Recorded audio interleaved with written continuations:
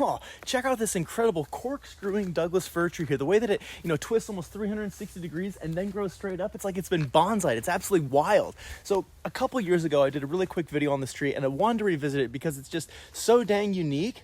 It's got me thinking quite a bit. See, coming from a Western science background, whenever I see a tree like this, I always tend to think about how it could have happened naturally, without human interference, where this tree, as a sapling, would have been molded and found its way to grow around different obstacles that have since degraded, forming its thick trunk and strong heartwood, that supports it. But that's not always the case, and it's only a small part of the story. See, indigenous folks have been purposefully crafting and molding trees in a variety of different manners since time immemorial, and these culturally modified trees can mean many different things. They can mark certain locations, act as waypoints to indigenous managed orchards, waterways, or hunting grounds, or even mark boundaries, and their shapes can range from swooping, curving arcs and bent branches to spiraling twists like this. And the pure use of living trees in this manner speaks volumes to the multi-generational connection these people have to these lands. I mean, think about it, to know a place well enough to bend a certain sapling in a certain way so that it grows as a marker for others for hundreds and even thousands of years demonstrates a harmony and relationship with these lands that is nearly unfathomable in this fast-paced, consumptive world of today. It almost sounds whimsical, like something out of a fairy tale.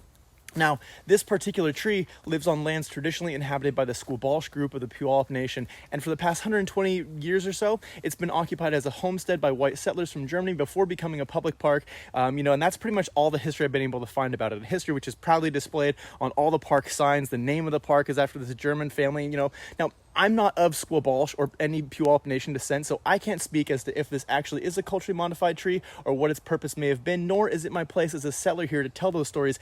And to my understanding, the Squamish is considered to be a lost band with no direct descendants alive today to even ask about it, which is just a tragedy. So instead, I wanted to use this tree as an important reminder to all of us here on Turtle Island, because so often we get caught up in trying to learn about this thing called nature and these lands from a very anthropocentric Western science approach, and trying to, ID things within a taxonomic structure and understand how they work and function in a box with control studies and yada, yada, yada, which is all great and good, but it's only one way of understanding a thing. And this perspective often fails to take into account the fact that us humans are still just a bunch of wild animals, then we have always been active parts of these ecosystems, not apart from them, as this anthropocentric framework often suggests. The idea that this land was wild before white settlers arrived to tame, conquer, farm, and develop it is just a flat-out lie that was used to justify manifest destiny-driven colonization of these lands and the subsequent genocide of their original inhabitants and their culture so that these so-called modern and civilized societies could be established. Yet if it hadn't been for that careful, thoughtful, multi-generational management of these lands, the bountiful wealth that was derived from them today would have never been created.